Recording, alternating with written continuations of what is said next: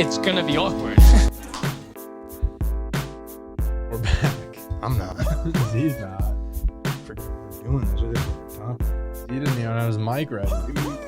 Mic wasn't hot. You do the math. It's been a week, so it's a little bit. You're working that turkey off a little bit. Still are, yeah.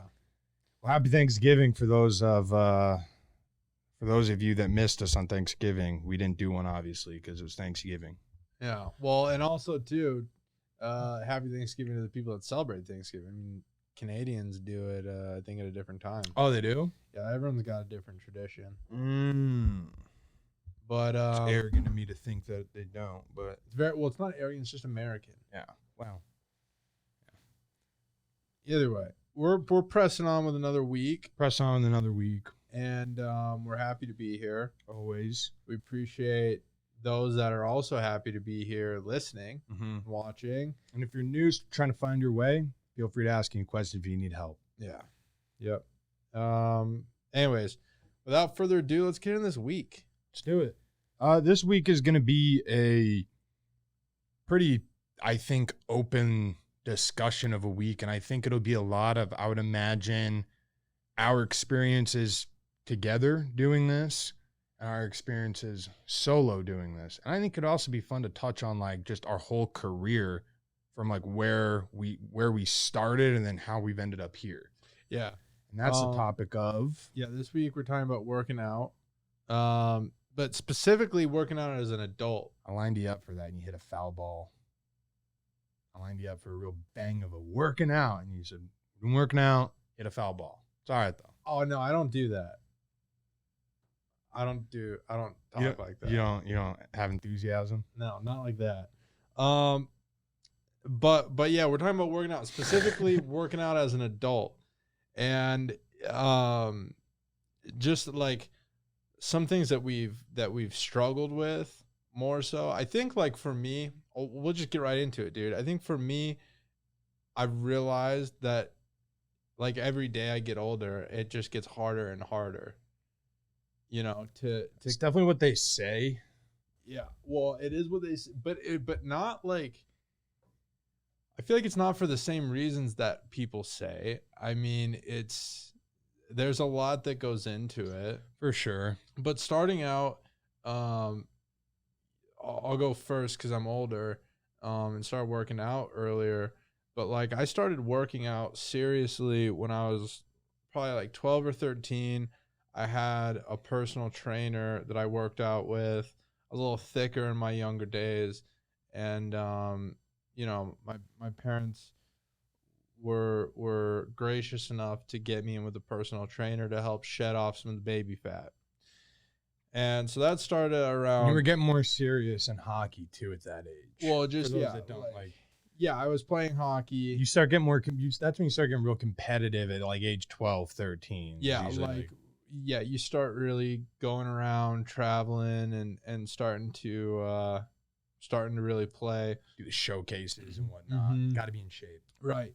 So, so I started working out then, and it was a really big part of my life because I just thought it was so cool. You know, like it's always that thing that you want to do. Like you want to be in the gym, you want to be doing big boy workouts, you want to drink the protein shake. I was just about to ask you, dude, how much of a deal was like the shaker cups and like Dude. having a protein shake after like you just crushed some iron? There's not a better thing, and that When was you're young, man. That's what you look forward to is just that vanilla, maybe a couple chocolate chips in the thing. What or I cinnamon. did, I had I still remember my first protein shake, and it was like the thing that was what. There were little things like that all along, like being a kid that got you out of bed to do shit that sucks. Well, it'd be like being a goalie for me in hockey. Like, I didn't want to be a goalie to stop pucks. I just wanted to be able to express myself with cool pads. Yeah. Well, like with this, I was so excited about the protein shakes and the shaker cups that like I didn't care that I had to go work out and run and do all this shit that now sucks. And, Give a fuck about the protein I don't give a shake. shit about. I don't even drink protein shakes anymore. And I remember my first one, dude. Dad took me to High Health in Tempe. Shout out to High Health. And yeah, dude, it was Warner McClintock, High Health. I go in there and I get the gold standard, Yep. just whey protein, and it was chocolate. And the next time I went to the gym, I still don't have a shaker cup though.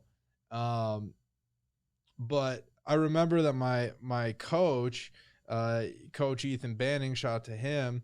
He would give me some of their protein that. So they had this chocolate, and then he would give me a Mountain Dew, and that was my cocktail. Was a Mountain Dew and protein powder thing, and I don't know, it had to do with the sugars and the electrolytes and Post workout, like there's some implant sort blood. of scientific thing to it, but yeah, dude, I was hooked on working out from that point on.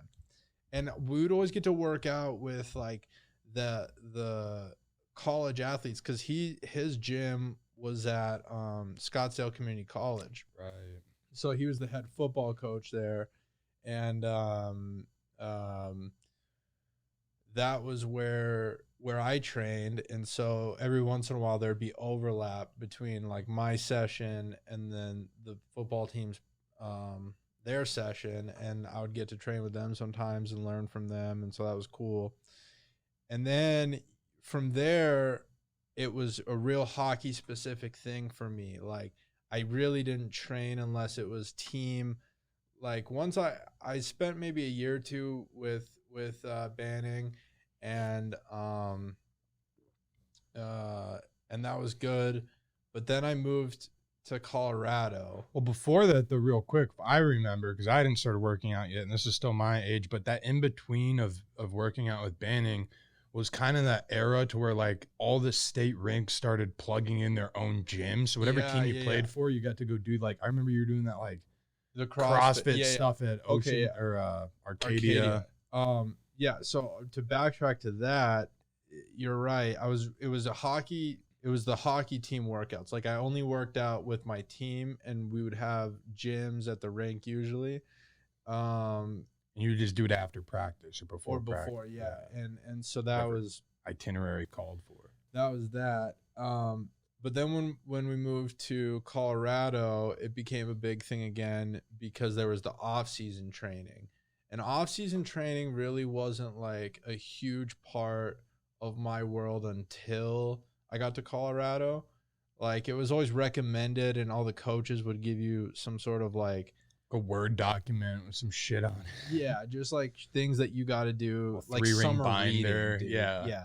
But when I got to Colorado, that was a different deal because that was when I met the strength and conditioning coach for the Thunderbirds, who was Ryan Herzog, who was a combat controller in the Air Force, which is a very elite group of special forces guys who are like a one-arm extension to other special operation teams. So like when the SEALs get into some shit, or the Green Berets get into some shit and need some help, they call these guys who are one-man operations to come and help out. So the level of intensity was... But those workouts, though, those weren't like your typical, like you're just doing some deadlifts, doing some crunches. Yeah, no, those weren't... That was no... Maybe run a mile at your pace. Yeah, that was no dry land. I mean, that was fucking boot camp for special forces. And because I remember hearing about some of the stories that you guys would do, like going to Red Rocks and shit and having to climb up mountains with, you know, a 200-pound dude on your back when at your time you were 170. Dude, we would go to Red Rocks, which is a big amphitheater in Denver, for those who don't know. It's a really cool concert venue, but it's also a very popular workout place in the state. So it's a real high like climb of stairs, right? A lot of stairs. So people run the stairs, and it's a high altitude, so you're challenged that way. But yeah, we would have to go run these stairs, and then we would have to run up the stairs with people on our back. And so, you know, like I remember us doing our team smoker there at the beginning of the year, and I got Dom Turgeon on my back, who is bigger than me and at the time, and I hopefully still is. And everyone was just puking. Like, I'm puking with him on my back. He's fucking puking off of my shoulder. And everyone's just cussing and crying. Not actually crying, but wanting to.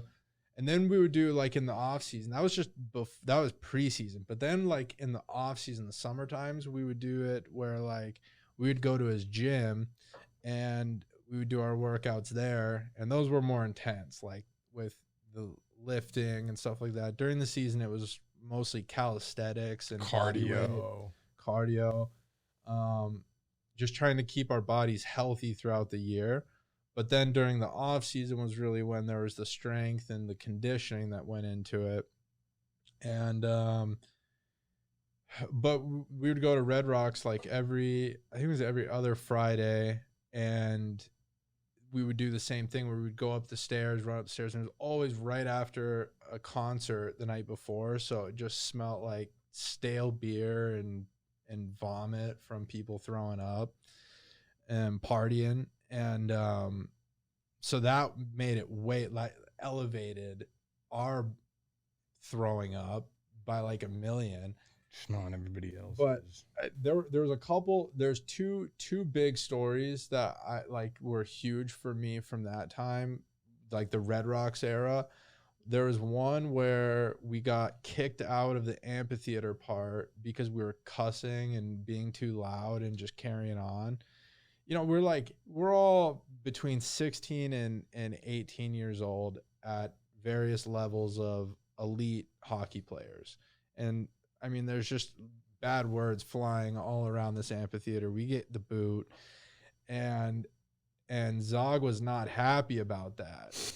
And so our workout wasn't cut short. We ended up having to like basically Indian run all up and down the fucking mountains of Red Rocks. Like behind it.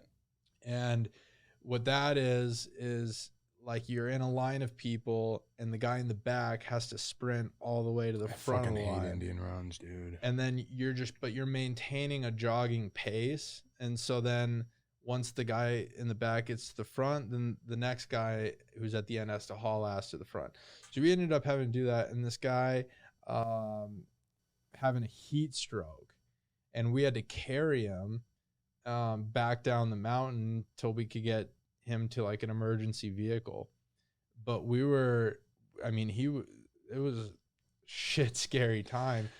And Zog knew he would be fine in what it was because he's a seasoned veteran. Dealt with much worse. Dealt with way worse, right, than fucking heat stroke. Heat stroke is like, that's not even a bad day for a guy like Zog. Team building for them.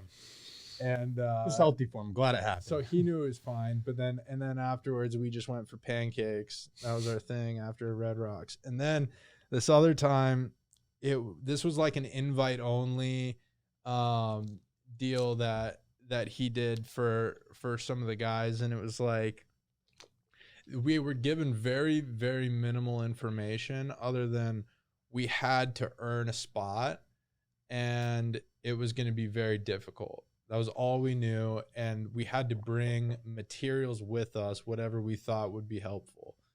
But, like, we didn't know what the fuck we were doing, so we just knew we were going to be unprepared, whatever it was. Yeah.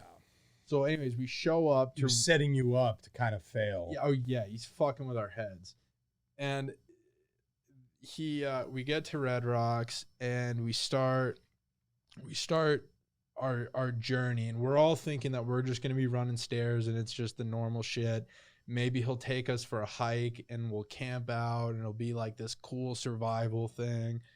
It was not at all what happened. We show up at like 5:30, 6 in the morning, and he tells us coordinates, latitude and longitude, and a time, and says, "Give a map?" No, and says, "Good luck," and he fucking darts off. And so like into the mountain, or yeah, so but before he darted off, he's like, does anyone have a compass? Did anyone bring a compass in your fucking packs? And we're like, no, Zog, we didn't bring a compass in our packs. And he's like, well, you guys can earn a compass by doing a challenge. And so we had to do teamwork push-ups, which is like basically like a human centipede where you've got one guy's legs on another guy's shoulders on down the line, and then you're doing push-ups, and you got to do them together in unison. I don't remember how many we had to do, but we earned the compass, and then it was just shit like that, you know, like where we were just given coordinates and a time and good luck. And then going down after the first mission, this stuck out where he gave us our point and said good luck, and he darts off across the mountain to like this other side of the mountain ranges, and he's just, you know, navigating and operating through all these woods. And he's like, before he left, he's like, you guys got to be in stealth mode for this mission, and if you're not, you get shot. And so we thought like he hauled off with a BB gun or something, and he was just going to light us up. But he just started calling us out if he could see us, and then whoever was next to him had to carry him down the mountain as if they just got shot. God. It was the craziest fucking thing. But I'm so grateful because explains a lot. Well, it laid the foundation for like who I really feel like I am, like the and push you like what you feel like you're capable of. Yeah, like as far as like knowing what your limits are and like being pushed to my limits. I think that like I have a much greater respect for the human being, knowing what our limits are and how far past what we think our limits are we can go. I mean, that's what I learned the most from that experience. Well, in around that time, before we moved too far forward, is probably when I started working out. Well, right before Denver, I guess I'll just start with my story because it goes a lot quicker when I was young. But obviously had knee surgery, and then I was super thick after the surgery. Well, then some time went on. I was able to rehab, but I wasn't able to run, I don't think, for like, it was like 8 or 9 months after the surgery or something like that. But when you're young, that time goes forever. Yeah. So I picked up a little junior weight set at Target. I don't know who, I think someone helped me out getting them because I was in like 8th grade, and it was like little dumbbells, and it was like a kit, and you could put on the plates and then screw on the sides. So I would just do that, dude. And I was just doing like looking stuff up. I downloaded this app on my iPod Touch, and it was just like the shit people are doing now for their home workouts. Like just watching some dude, and I was just doing some preacher curls and just doing those Uncle Rico workouts, you know, in the bedroom. And then M&D had that stationary bike and that elliptical in their bedroom. And then that's when I started doing some cardio. But then we moved to Denver. Well, and then I started training MMA. And then I didn't really lift really ever because I just did that. And I thought that would be enough to get me in shape. So you're going back. What's up? So you're going back in time before Denver. Yeah, that's when I started. Well, just because I didn't have a chance to. Why not? I'm going to interrupt your story with fucking that. Well, I was just going to try to give. Yeah, well, I said before Denver, I said, I'll just go back to where I started because it's quick. Right. So I said that. But anyways, so then we moved to Denver. And we had this like unfinished basement. And at that point, I think I'd saved up after we'd lived there for a little bit, was able to get a heavy bag. And we got that heavy bag. So I started training there, and we still had the stationary bike and the elliptical and all that stuff at home. And I still had my junior weights. I also had a little kettlebell and a resistance band. So I just started doing some stuff there. And then you were working out a lot with him. So we hadn't really associated with, or really started working out together at all. Right. And then I had then found high altitude, started training there. Sophomore year of high school, me and Moach become boys, and he got really into bodybuilding. So then I was like, you know what? I want to lift too because I don't like how I look. Every MMA fighter's all jacked, dude. I can't be wanting to be an MMA fighter and, you know, look like how I do. Right. So I started going to the rec center trail, started lifting there. And then that's when I would go on bodybuilding.com, muscleandfitness.com, doing those just fucking workouts. And then I remember when you found out I was doing those workouts, you weren't too happy. Yeah, well, I mean, I I couldn't understand it because Especially when I was trying to be an athlete and I'm doing yeah, like you're doing at the time, you know, physique, glamour muscles. I was so just like you you're working out, but you don't deadlift, you don't squat. What the fuck you doing? You know, and like You're doing a bench press, but it's a dumbbell incline, and yeah, you're doing decline. Like what the fuck is that? But I mean, obviously I changed my tune over time, but we'll get into that. But at that time, though, I think it was just like me getting into lifting. But it was pretty quick, though, that I remember it might have been an off season, but I remember you were working out down there with me. And I remember you're like, I want to put you through a test. And I'm like, all right. And I was starting to get kind of that like MMA confidence. I'm like, oh, fuck your test, dude. I'll do it. And I remember you turned the fucking treadmill on 10 miles per hour. I go, all right. And then you jack the incline up to 10. And you're like, all right, a minute. Nonstop. You stop, you got to do something. I couldn't remember what the punishment was. I was like, God. So I started running on it, dude. And it was the hardest thing I felt like I had to do. And it was, I don't even think I was able to finish it. I was doing something wrong. And I think I was pissed at you or something. You're like, it's all fucking mental. It's all mental. Like, dude, well, that was it's your mind. And that I'm was like, my test with Zog when I first got to Denver. When I first Oh, got was to it? the Zog gym, was he put the treadmill. That was my fitness test when I showed up in Colorado when the Thunderbirds were like, you can play here. You got to go meet our strength and conditioning coach though, and he'll check off on you and whatever. So I show up at the gym at Zog's gym, and he's like, you look like you probably handle like whatever lifting shit I would need you to do for the team, but I want to see you on the treadmill. And he fucking does the 10 and 10, and he's like, see how long you can go for. And he's like, if you get under a minute, don't worry about coming back here or something like that. I was like, Oh, Jesus God. Christ, dude. And so yeah, from there, dude, that was, I don't know, I just took a lot from that whole thing. And but my hockey career just went to shit from there, really. Like I went from Colorado, I went to Sarnia, had bad luck there. And I don't, that summer I was training with Zog still. um and so I had a good summer of training there, but I got let go from Sarnia, and then I went to Omaha, and my lifestyle in Omaha was just not a good lifestyle, and working out really wasn't at the top of my priority list.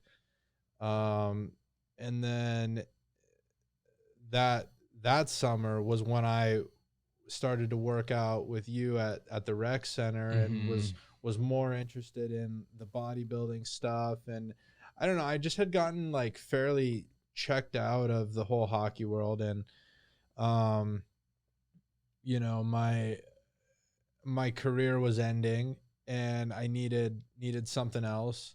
Yeah. So I just transitioned into doing the bodybuilding type workouts with you, but still I wasn't working, you know, like I didn't really have any responsibilities. I didn't have anything going on. In fact, I had less going on. And so I could go to the gym for 3 hours during a fucking weekday. It was definitely a fun time. It was fun, but like it's not productive. Yeah, and it We was, can't pretend like it is. yeah. And it wasn't doing anything for my hockey career, because then when I showed up in Saskatchewan, I was way Too muscle bound. way too muscly for what I needed to be. And then that ended up, you know, I got let go there. And from then I was just focused on doing the bodybuilding thing, and because it was physical and I enjoyed working out. What the fuck was that? Dad cam. What's wrong with the dad cam? Pecker shot a Z. What's the problem? What is it? Memory card is full. Someone didn't fucking format. Yeah. Like he says he does every time. Let's just don't worry about it because we rarely use dad cam footage. It's just more of a backup. Where were we? We're on the bodybuilding. But I want to quickly say on the bodybuilding side of it, how much for you when you got into it after hockey? Because I know for me, and Jared and everyone who's my coach at High Altitude, he would always talk about and like give me shit for like the bodybuilding stuff because he's like, dude, you got to be in the gym. You got to be in the gym. You want to be a fighter, you got to be in here. Doesn't help you fighting. Right. And he was always kind of like that. He was more of like the mentor kind of coach rather than like a Zog to where he'd be like super hard on you. He was more of like that high school football coach that everyone had that like you can tell they really care about you and they want the best for you, but they're not the tough. It's tough love, but it's not like the level of like Well, Zog had a weird way because it was calm. Like he was very calm. He didn't really ever yell. Yeah. Because like I couldn't see him really yelling. He was not a yeller. But I think just like the way he went about like the training and the seriousness, like, all right, if you don't do this, you're out of here. Versus like at an MMA gym, they can't really do that because you're going there, you're paying a membership. Yeah, it's a totally different thing. Exactly. I mean, so the relationship's definitely a lot different. Unless like if you're on the team, and you're on a fight team, then of course it's different. But like, but Moach was doing that, and I just think for like so many ways, I was just trying to make myself feel good about myself. And I felt like physique was always the way to do that. Obviously, as we've gone on and I got thin, everyone thinks you're fucking sick. It hurts you just as bad if someone thinks when you're thick.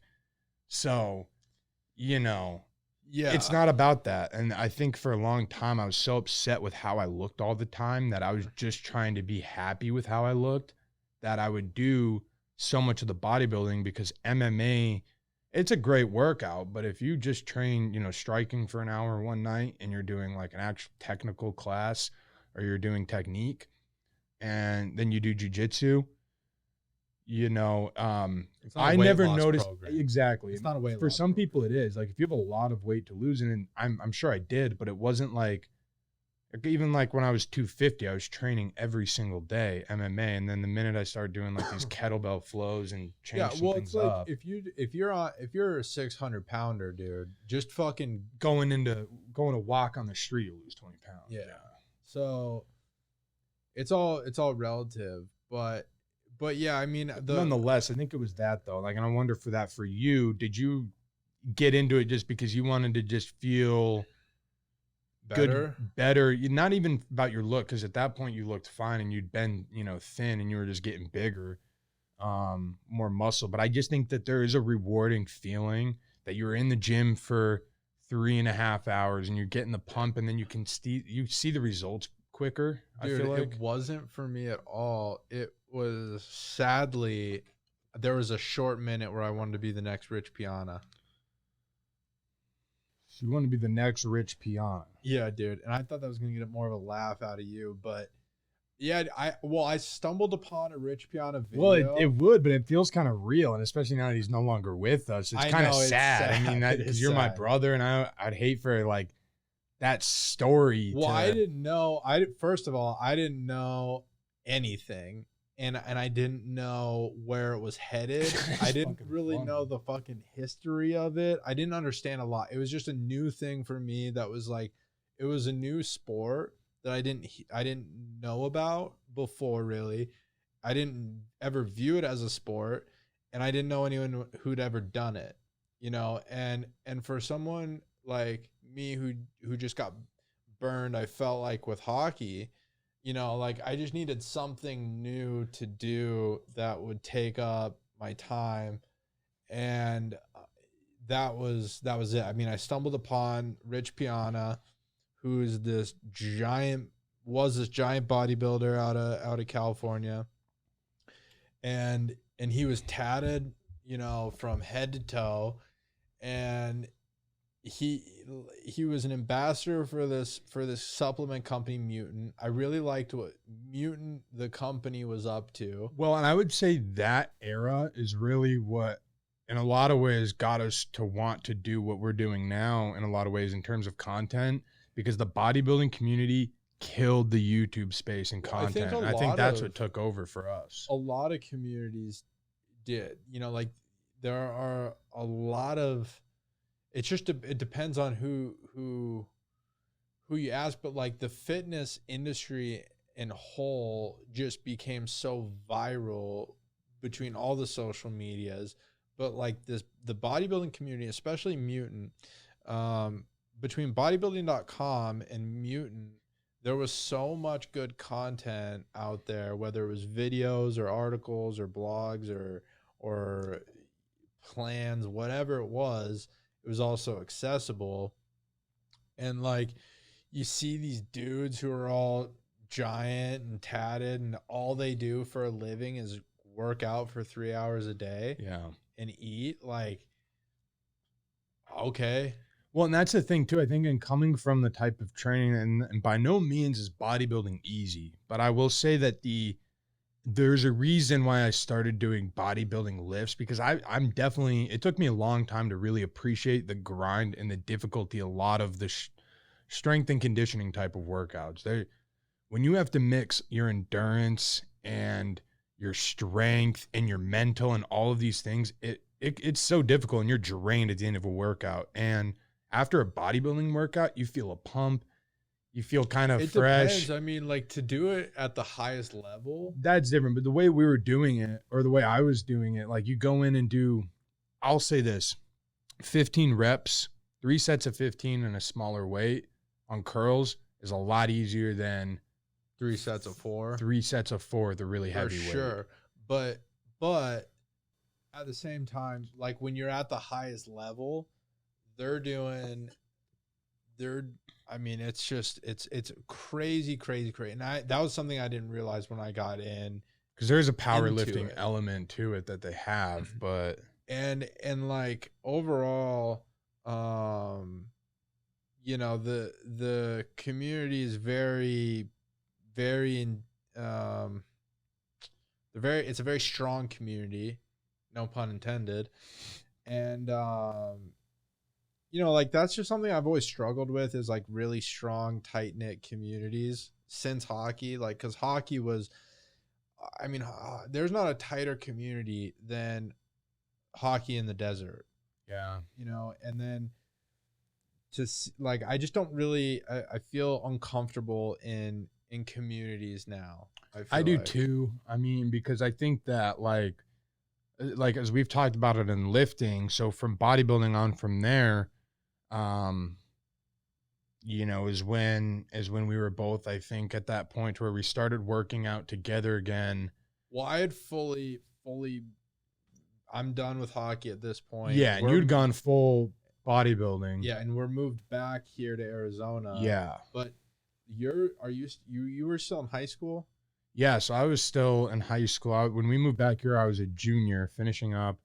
And then I don't remember, and then I had found Fight Ready, started training there. And then I started listening to Mike Dolce a lot, who is what a year really did you good. graduate? 15? 15. So we moved back here in 2014. So then senior year, I got back into bodybuilding, but I took a little bit of time off because of the Dolce stuff, and I was taking MMA really serious, and I started to then make that shift. All right, I need to train like an athlete now, and I was like 17, 18, so I was more mature going about it, and I was kind of a late bloomer. Like I didn't start lifting till 16. I think the first time I actually like lifted and pumped iron in a gym was in the school for a weight training class. So, yeah, so I was a late bloomer with really getting started, and then I'd done these like full body training stuff and tried to do all of that. And then it's just difficult. It was just difficult work, but it was also like that on top of all the training, on top of everything I was doing. I think that I just slowly, well, when I went to high school senior year, it definitely became more about like making friends and being social because we didn't know anyone in Scottsdale and everyone was making it a big deal. And I was thinking I was going to want to go to college, but then I was like, I don't want to really. So then I really felt like I needed to make friends because I wasn't going to from there on out, which is true, the exception of like a couple. So like, I think that I focused a lot on that. And then it took me out of MMA is serious. And then we started doing the bodybuilding stuff again. I was doing that long distance relationship and I wanted to get, all jacked after. And Well, I mean, shortly after that, I got into an unproductive relationship, and like my health, my overall health really suffered in that time, and it was just there was no, I felt no sense of want to work out. Like I felt no desire to eat clean. I felt no desire to train. well, and I she was so gung ho about it, Yeah, right? but she was into all the fitness stuff. She was into that tight knit culture or that scene Yeah, that we were talking about. but aside from that, like I was just by this time in my life so burnt out on working out and training. At this point now I'm working too, so I have a job that is like I wear a suit too, Yeah. and I can't go to the gym for 3 hours in the middle of the day. So now I got to go at 5 o'clock when everyone else is at the gym, and it's after I've done a full day of work, and so I didn't want to do it. And then the eating clean thing is a Rubik's cube that I don't think I'll ever solve. Yeah, I'm still. That's one Rubik's cube that I just can't beat. And but but when you're not training and you're not eating good, I mean, you're just gonna get thick. So from my biggest point of like when we were doing the bodybuilding thing, I was maybe 225. I was pretty jacked, dude. Yeah, you were big. Like I was Some shoulders, and but some arms. I was probably 220, 225, never very shredded, but I was a big dude. And but then I ballooned up of fat to 240. So 240 was my heaviest point um of being alive, and it was just from not training at all, working, starting to live that life. And it then But like after a bulk, because that same thing happened to me. It was like we were both doing that bodybuilding around the same time. And then then you fall off, and then so you bulk up to the 225, and then for me it would have been like 235 probably, and then maybe even 240 because I got pretty decent sized as well, but at least in the arms. Always had small legs, but can't beat them, join them. That's why you get small. But yeah, it was that same time, and then I had stopped and then got up to 255 because I was working with the Coyotes and life happens. Yeah, you just so like we get to come here. We get to 240. You're up to 255, and I don't know what it was. I do know what it was. We had broken up that relationship. You were needing a place to live, and so you and I moved in together, and it was just like we were a shell of what we used to be, and it was such like this sad existence where like we were too young to be this fucking out of our prime. Yeah. And so like I think we just realized that we needed to make some changes, and it was when we moved into training camp where things really were like, all right, we're gonna change how we train. We're gonna change. We're changing our life around, dude. And that's what we did. I mean, from the time that we started training camp to our lowest point, or to my lowest point, since I've played hockey was 185. So I went from 240 down to 185 in the stint from when you and I started living together until we did that Connor Khabib skit, the impersonation skit. Wheels fell off the bus. We'll get to that, I'm sure, but And but what we did to do to get there, like, that was really hard work to go from 240 to 185. And I honestly don't know that I've got it in me to do that again. And because it's like it really is well, and as corny as it sounds, we were just in a good time. It was a good time for us. We were both broke, and then like we were together in it to where it was like, and we've talked about this before and we didn't mention it, but when we were doing the bodybuilding stuff, like I would say a big reason why we both got so much bigger and stronger, especially when we were working out together, would be because I would constantly be pushing myself to try and be doing the weight that you were doing as if that was my standard. But then you were like, I'm not letting him get close to me and be able to rep out the same thing. So you keep pushing up. So it's like, fuck, like it would just be this constant thing. And I think it was very healthy competitive thing. It was an internal thing we didn't even discover until later on. It's like, dude, I think why we're so strong, like I keep trying to be your way. You're like, well, dude, I don't want you to catch up to me. And it's like, well, fuck, like that's why I know. And you're bigger than me, so you should be able to. That's what I'm saying. So it's just been like, I think a thing that just we in our own conscious pushed ourselves, even though we were pushing each other, not like inherently. Well, yeah, I think. And same thing with the shredding. The weight loss. Well, I don't know if it was shredding. It was weight loss. Weight loss, yeah. Just because we call the program 6 Week to Shred, and I only did a lot of that. But well, yeah. So we found this program on Onnit, all body weight, Onnit.com, and it was a 6-week program that was all body weight, and we would go to the gym. It had a meal plan that came with it too, and we did the meal plan too for the 6 weeks. That helped a little bit, but yeah. And then we did keto for a bit too, and that honestly got me below 215. Yeah, and keto was super helpful because it kickstarted everything. And like we were saying earlier, when you've got the weight to lose, doing anything is going to kickstart you. But then once you're like, you get to a point where you got to be putting in more than that. And that's what the training was. And, so we get done with this program and we stay on it. And we were very disciplined about going to the gym every day. Even if it was just an active rest day, go in and like run on the treadmill or walk or bike or. No other part of our life was going very well. Like our business was, we were struggling with businesses. We were both single.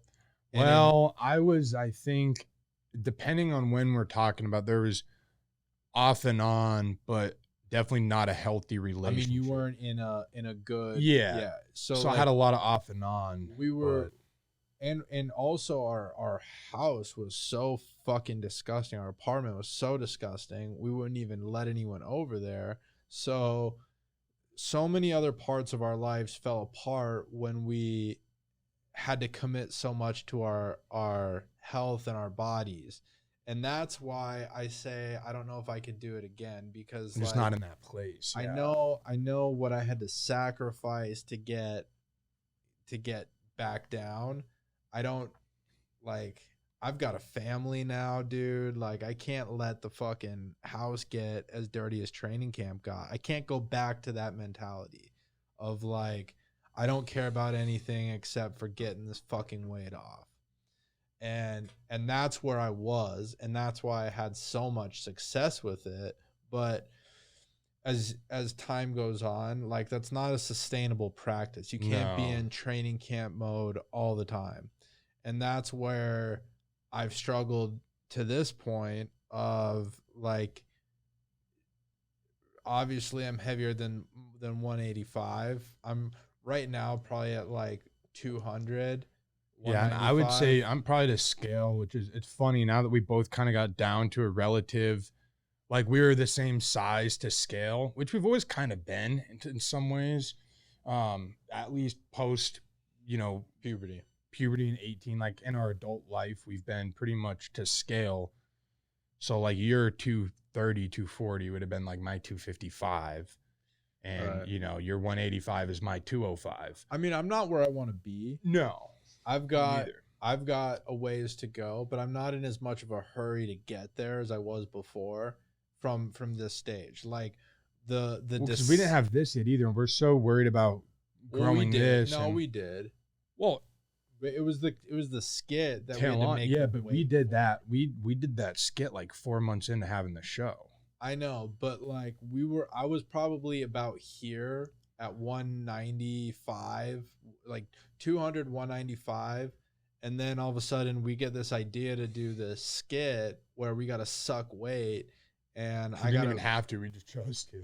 well, yeah, it was a challenge that we wanted to do for ourselves. And it's cool that we did it and whatever. But I got down to 185, and that descent from 200 to 185 was so unfun for me that it like reminded me of why I hate working out and why I hate training and all these things. And because it ripped me away from all this other stuff that I was starting to do. I mean, even the podcast, it was like a grind. How do we fit in going to the gym before the podcast, and or do we go after? But we're shooting at fucking 9 o'clock, because at that time we were coming into the office at 7 in the morning and didn't leave until 7 at night. Yeah. So figuring out how we're gonna get a workout in between all this was not happening. Yeah, definitely. And I think that's what's made it hard now. I think for me, definitely in some ways, I wouldn't say it's the root of it, but I would think, and I kind of alluded to this earlier, but like I didn't get what I was wanting when I got my weight down, and I'd felt like really thin. I didn't have a six pack, but I was just really thin, and I just felt like it would have been like this big celebration that everyone was going to have. I definitely got a lot of compliments. Like at the MMA gym, that was what I was looking for out of everyone. They're like, dude, oh my God, like you look great. How'd you do it? Like, I haven't seen you, man. This is crazy. And like, you look great. And everyone was cool. But then outside of the MMA gym, it would just be like what I was saying. Like, are you good? Like, are you healthy? You look sick. And then, so I think it just wasn't the result I was wanting. So on top of that, and not getting any fucking numbers on our podcast, and everyone saying, you look sick, and you just put all this work in to just finally feel, comfortable in your skin.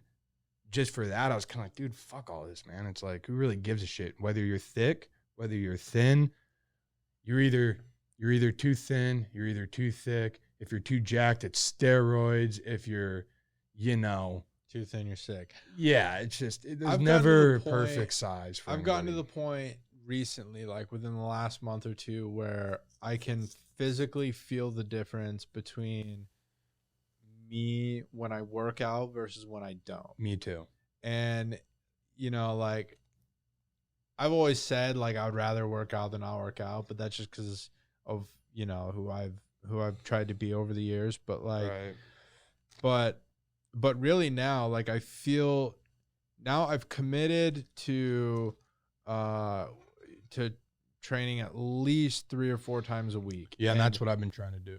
And the thing is for me is it's motivating to me when I'm able to continue to do it, but it also motivates Shay to work out, and then her working out motivates me more.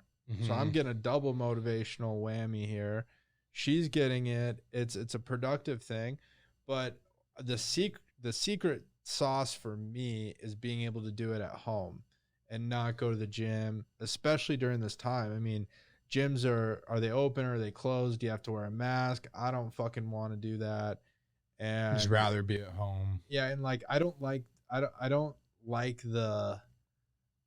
need the community. I don't need more friends. I don't need You don't need the attention from the chicks. I don't need attention. Because I used to go for that reason. from chicks or the old dudes wanting to know what I'm doing. Yeah.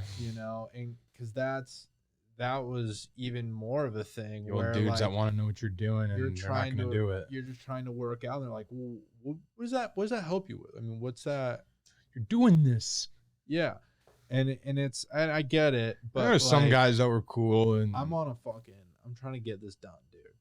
And yeah, what I can knock out in 30 minutes at home would take me an hour and a half at a gym, especially a gym that I've been going to for 2 years. Like if I've never been going knows to, you. yeah. Um, but we've got a gym set up at home. We got the treadmill. We've got some kettlebells. You've got a great backyard facility. I went in there last Sunday and got the easy bar. got the working out in over at your place. Yeah, and then we've got the backyard, which is perfect for workouts too. And I feel very grateful to have that. And so for me, there's no excuses left to not be doing at least my part. Yeah, well, I definitely used the COVID excuse in the beginning when I was like when everything got shut down, and I think like everyone else thought it was just going to end at some point, like within 2 months it was all just going to blow over, and it never did. And then we ended up moving into our own place, but at that point it had been like 4 or 5 months of not working out and just like eating whatever and getting Postmates, because it was just like this weird time that I just kept thinking it was just going to end one day, and until finally we moved, and then I got the equipment. Dude. I'm happy that, because I don't know that I would have ever refound the love or the consist. I don't know if I would have ever refound the consistency. Probably not, because as I've talked a lot about, not to cut you off, but it's important to know, and I think it's important to be conscious of this. But if you have a workout partner and you go to the gym with a workout partner, it's not that easy to just stop and then start working out on your own again. Right. Or if you work out by yourself all the time, it's not that easy just to sub in a workout partner that day. So I think for us, what's been hard is that we started out working out solo, or at least I did. You had a team. So then you go from a team to now working out with solo. It was just me and Banning. Oh yeah, I guess that's true too. Oh, you had Z Hut around once in a while. Z Hut was. I met Z Hut through Banning for Crazy with a history. Z Hut. Shout out to Awkward MMA. But yeah, dude. So I noticed that was really hard, and I've noticed that's been hard as I've been working out by myself at home. Definitely, you don't have as much of the drive, the partner, like the pushing, because you kind of just have to push yourself. But what's nice now is seeing your excitement within the past couple weeks. That's elevated it. A little longer than a couple weeks. Not like I'm just getting back. Well, no, but like whenever you started like getting like actually, I don't know how long. Yeah, like consistent. Because like I've been about a month. Yeah, I've worked out, but it's been sporadic since we've been in the place, or since I've been in the new place and have the treadmill and the kettlebell. I've been working out, but I've not been like the same level as we were, say, in training camp. Right. Or even on a consistent 3 times a week thing. It would just be kind of like, all right, I'm doing it twice, or maybe it just not that consistent. The thing that's gotten me back into it more than anything is that I've grown so frustrated of feeling like my time is being wasted either at the office or just doing shit that isn't benefiting me at all. Like if I don't have meetings going on, what the fuck point is there for me to go and just sit on my computer when I could be working out and putting my health in front of doing nothing? You know, like that is what really sparked it. And then seeing how much it positively affects my life, like how I feel just day to day, was like, oh, fuck, dude, this is what people are talking about. I know, and that's what's hard for me to keep reminding myself, because I'm a little bit different in the sense that, like, well, you're a lot further ahead in your knowledge of expertise, your area of expertise, like in this business.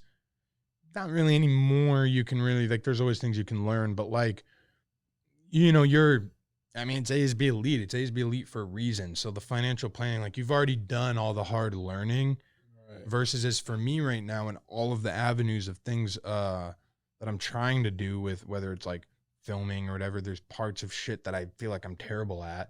So in my mind, I'm like, all right, do I watch videos and learn on this, or do I go work out? And then short term, I'm always thinking, all right, I'm just going to learn. But I just spent a whole day working. But if I go back to that, to where you just genuinely feel better after you work out, take 30, 45 minutes of the workout. And I did the other, like yesterday before I came in late, but I felt fresh. I had a ton of ideas. I had ideas about documentary and like stuff that like you don't normally get because you're so fixated on it and your mind didn't get that like reset in a way. So yeah, I mean that's been a big thing, and I think important for me to remember that. That's something that people can really start to take advantage of, or should have been, as this whole COVID thing started. I mean, as people don't have to go to the work anymore and they're doing stuff from home, they might still be working from home, but like no one's watching you all day. You're not having to go to an office like it was. You can find 35 minutes, 40 minutes at your house if you had a little bit of equipment to get it done. And that's where for me that's the move. And that's a sustainable move too, because I can always have my equipment at my house and get it done with what I've got. The other thing that's hard about doing it solo is that you've got to totally figure out what you're going to do. Yeah. Like the thing for me that makes it a little bit easier is I've been working out for so long. I've had a lot of different coaches, a lot of different programs, a lot of different plans I've seen, and just done a lot of different workouts. So I can take pieces from all that, but not everyone has the same experiences.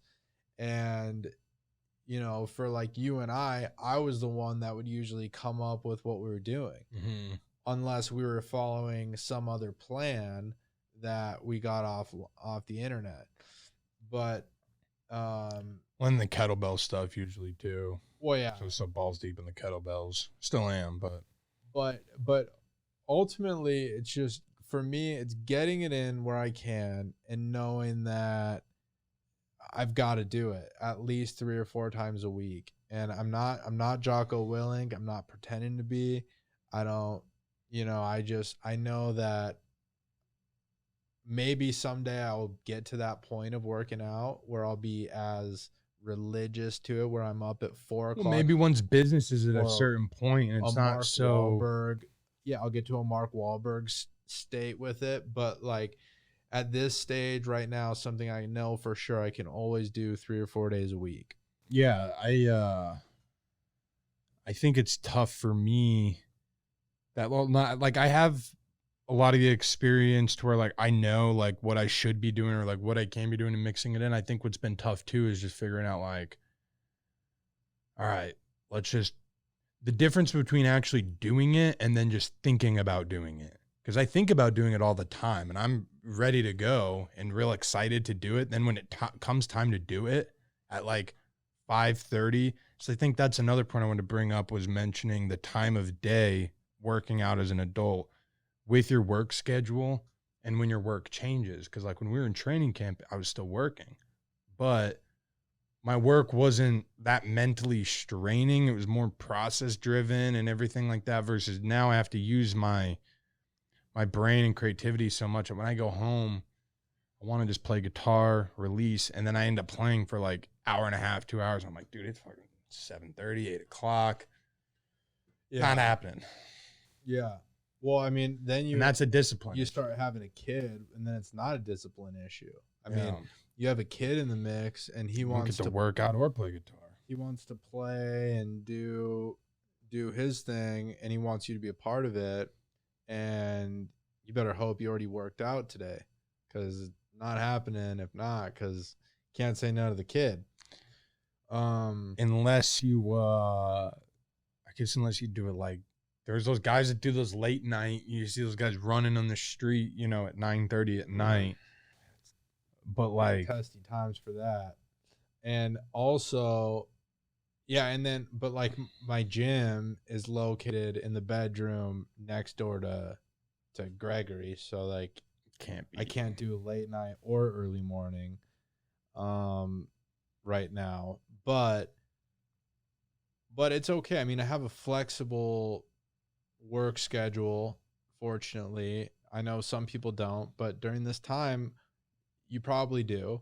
And, get some equipment and figure out what works for you. Because it's probably not what works for other people.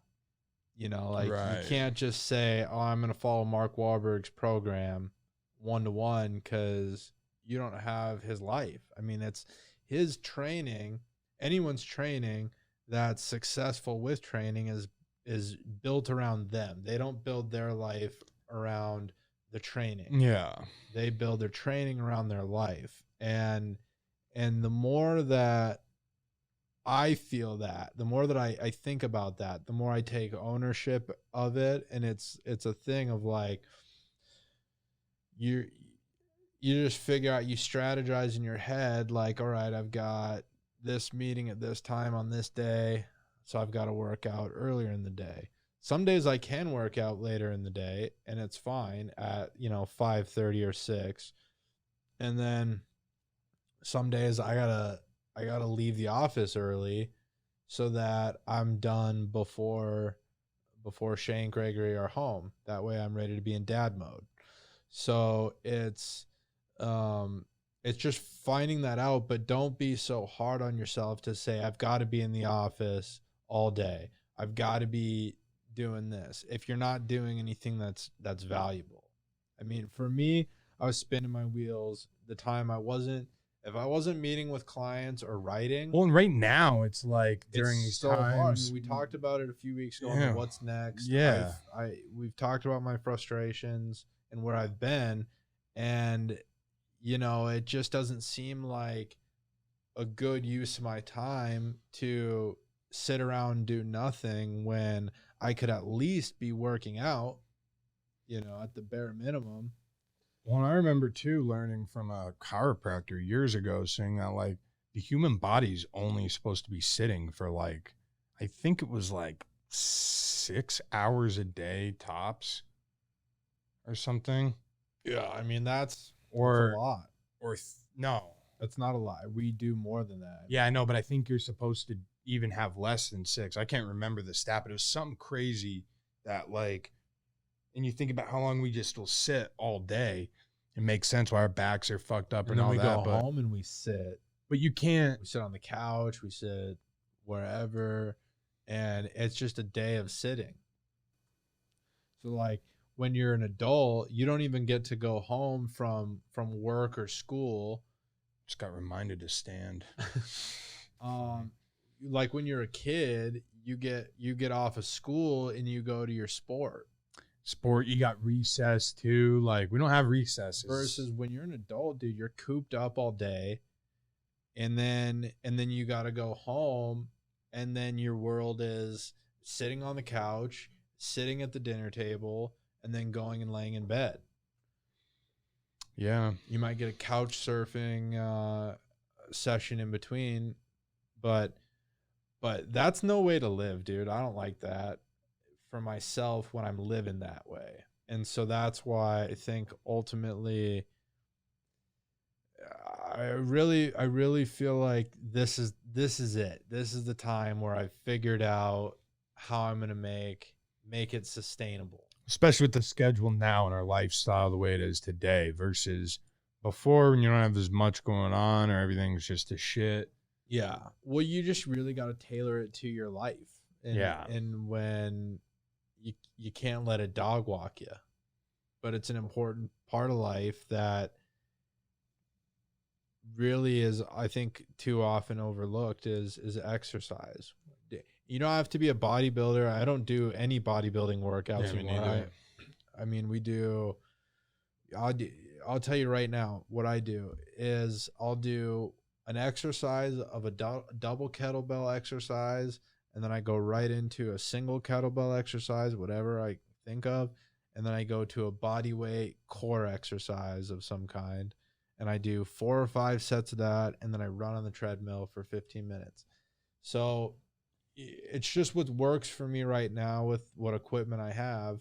And because I just have one kettlebell, like just one heavier kettlebell. Yeah. So resources are somewhat limited during this COVID thing. That was a hard thing trying to furnish Even a just- fucking home gym. Even get any of the equipment to begin with. We really got lucky at a Play It Again Sports with our treadmills, Yeah. but they were new somehow at a Play It Again. But, Yeah. you know, that's what it is. That's what it's about. It's about fitting it to you. And, Yeah, and I'm still trying to figure that out a little bit. but being committed to it is the first step. Saying you're going to do it, taking that ownership in here. That's what it's about. Yeah, which I've got, you know. Yeah, I don't know, man. It's been a weird year, dude. It's been a weird year for me, for sure, just mentally. And not even not a negative or positive way, just kind of neutral. Just like it's just been a weird, like, I think you just see what happens, or you're waiting to see what happens. But like you said, like you notice a difference when you're working out versus when you're not working out. And I'm definitely happier, definitely less on edge, definitely in a better place. And I feel better. I was talking to an old friend at for drinks one night, and she was saying something about, you know, being thin, and I was like, well, I'm going back to that. I'm gonna try and get back to where, like, because she was like, oh yeah, well you seem, you know, you're not too heavy now. You're like, you know, you look healthy now. And I'm like, well, yeah, but I feel better though when I'm at that thinner spot. Like when I'm around 205, 210, I actually like I just feel cleaner. I just feel better. Well, from there too, like you can put on whatever muscle cleanly from a healthier point. And that's where, you know, where we got into trouble was we bulked up thinking we were just going to be able to cut it all off, and we were burnt out by the time before we even got started. Yeah. And you know, so that's a way harder route to travel than if you just get down to a skinny place and then you focus on putting on whatever muscle from there. That I think is I don't know if it's safer or better or what, but it's definitely safer for not falling back into the same trap that we fell into. And I think that's a good call. I'd like to get back down, you know, somewhere in the 180 range, 180 to 190, but I definitely want to do it on my time, however long that takes, at the rate I'm going. Right. I'm not going to worry about it too much other than that. That's where I'm at too. I mean, I'm really just taking my time, and honestly, it's been a year about getting rid of stress. You see, and the thing is, I don't, but it's not like she's happy with me the way I am, so that's good. Well, and that's kind of where I'm at these days, and that's what's been fun about growing my hair out, because I know I don't look better with long hair. I just know I don't. I don't have your hair. Think you do, dude. You think I look better with long hair than short hair? I just think it's cooler to have long hair. For sure. There's a statement. I'm not into it. I don't know. I'm not saying like super clean cut, but I just know that like I just think you look cooler. All right. Well, thank you. I appreciate that. But I'm sure that in terms, like, if you were to put a picture and you were to ask like a line of chicks, they'd all probably say, most of them would probably say, I'm taking short hair. But maybe more goes into it with the personality. You got more personality, you seem like, with this. With the long hair. It just seems like you're more fun to be around. A little more, less of a hard ass or something. Just a little less tight of an ass. Tight, yeah, like a tight ass. Yeah, and you could be right, yeah, because if you have long hair, you know. But that's been the thing, though. The point was, it's been kind of fun to just, like, not worry about your looks and not try and do everything. It's been like a fun kind of like self-test in a lot of ways. Like now that I don't have the same like inner issues that I had, like, or insecurities, I guess is a better word, that I did when I was trying to do the bodybuilding, and my haircut was so freaking important, and my physique and everything. And then now to just really just be focused on my work, and not even in a psycho way, but just in like a free form kind of creative way. And then my working out to be also in somewhat of a creative way to where like I get to mix it up, go to your place, and we hang out after, you know. Is Shay's brother Shay's brother, involved? yeah, and it's just kind of like, and he's younger, so like not too young, but he's like at that age, you know, where you know, He just turned 21. yeah, so he's at that age to where it's just we were, you know, to where he's just trying to get, you know, going and jump started. So it's fun to help Help with some be new there, blood. yeah, and just see it and just watch, you know, people grow. So that's more I think the community that we're looking for gym wise, rather than actually going to the gym and talking to the guy you've ran into every day for the past 2 years, and he's asking what you're working on today, and you're asking him what he's working on, and meanwhile you're sitting there for 30 minutes, got nothing done. Right. Yeah, that's not what we're about. But I think that's it, dude. I don't have anything more really. Yeah, and this was one of our longer episodes for people wondering if we could talk about working out for very long. Prove we can. There was a lot of story. I mean, there's a lot of fun stories about it. It's been a huge part of our life, more than I think we talk about. yeah. And then I think people know about. And obviously just looking at, like, we're not bodybuilders anymore, and we're not like these big meatheads. I never competed. I Yeah. never I was never serious about it. It was just something to fill the time when I didn't have hockey anymore, and it was something that like I thought I wanted to do before I realized what all went into it. Yeah. You know, like I had no fucking idea what went on in the bodybuilding world. Gear and Yeah, well, aside from the gear, it's like it's just such a you got to eat, dude. The amount of meals you got to eat, 8,000, 12, 13, 14 times 15, a day, 16, dude. 17, 18, 19, 20 meals a day. You got to be eating. And I really am not a big eater. Pint of Ben and Jerry's at night. I could do that, but I'm not a huge fan of just eating all the time. And the especially food when that it's they chicken eat, and dude, like is it's like chicken, broccoli, rice. It's hard. So yeah, I would have never been cut out for it, but that was what I wanted to do for a short minute. Before I was right there with what you. do. And then I realized that no bodybuilder is really that tall. You know, the best bodybuilder that was tall was 6'2", and that was Arnold Schwarzenegger. And not really any, like, then you had like Lou Ferrigno. He was 6'4", but he was known for being the Hulk, not a bodybuilder. He's the Hulk. Second, dude. Huh? He was second to Arnold. He's very known for being a bodybuilder. Lou Ferrigno? Yeah. I just know him from I Love You, Man. You gotta watch Pumping Iron, dude. I've seen Pumping Iron. I know he's a big part of. I know he's a part of the big bodybuilding culture, but I mean, like, there's not like bodybuilders aren't typically that tall. Is my point. No, just the two biggest ones. The two biggest mainstream ones. Oh, Phil Heath. No, I mean I think he's taller though too. No, he's 5'9". Oh really? 5'10". He's a hot pocket ass. Okay. I know Kai Green's a little hot pocket. Yeah. Dude. Anyways, yeah, it's a weird Rich deal. Piano was a hot pocket ass. But yeah, I mean, there's so much more to training and working out than the bodybuilding side or even the athletic side, and it's just finding it. You know, I think that actors and actresses, they like finding people like that are good motivators, because someone like a Mark Wahlberg, you think about how busy his life is, Yeah. and he's still able to make it a priority. It's a very inspiring thing versus someone like a Phil Heath, who's 300 pounds of 0% body fat. How the fuck are you going to attain that? That's the greatest in the world at this time. I don't know if he won it. He's definitely not at the top right now, but when we were in it, he was top. He was at the top. I don't know who it is now, but it's you know, it's a demanding thing, and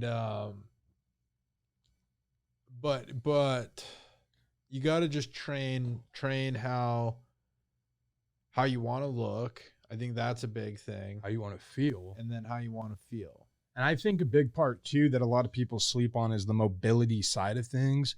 And the 6-week body weight program, I think, really helped notice that, like, and kettlebells, but the movements that you do And when you realize you're not doing, like, when you do bodybuilding workouts, they're so complex and they're so tight, and you're isolating one muscle versus it grows and it can kind of tighten you up. So if you don't want to be tighter, you know, or like you want to be able to bend your ass to the grass, you know, or you want to be able to bend down and not feel it problems and like everything like that on a mobility stretch side, I think a ton of the kettlebell stuff and the body weight, that 6-week plan.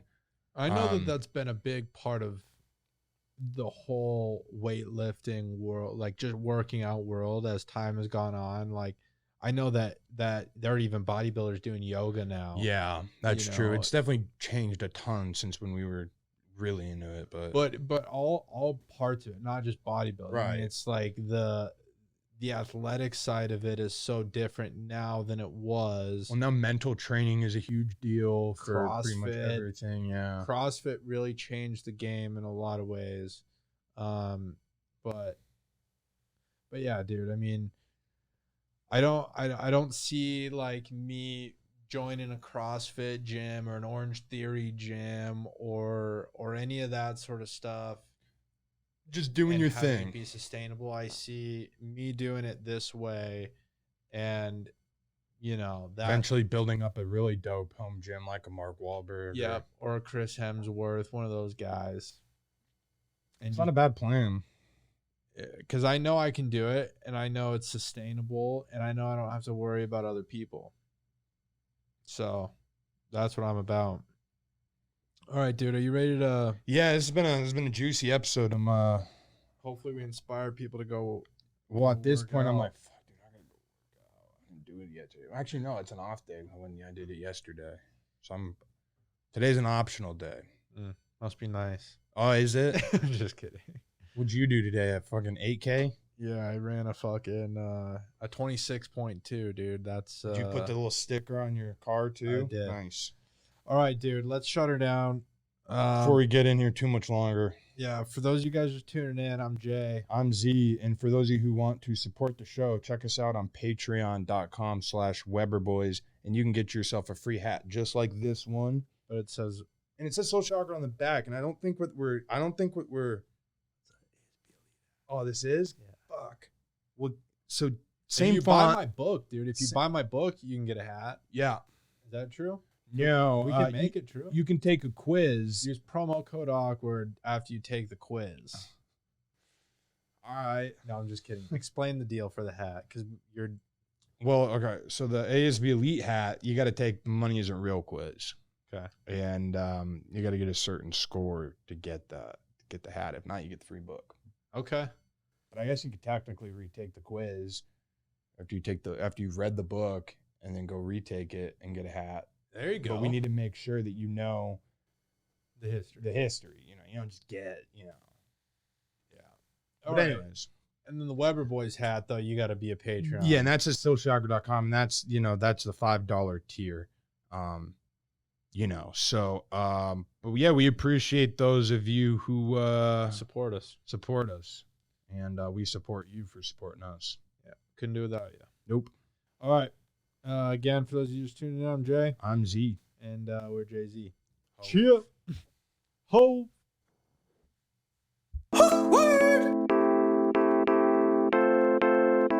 It's gonna be awkward.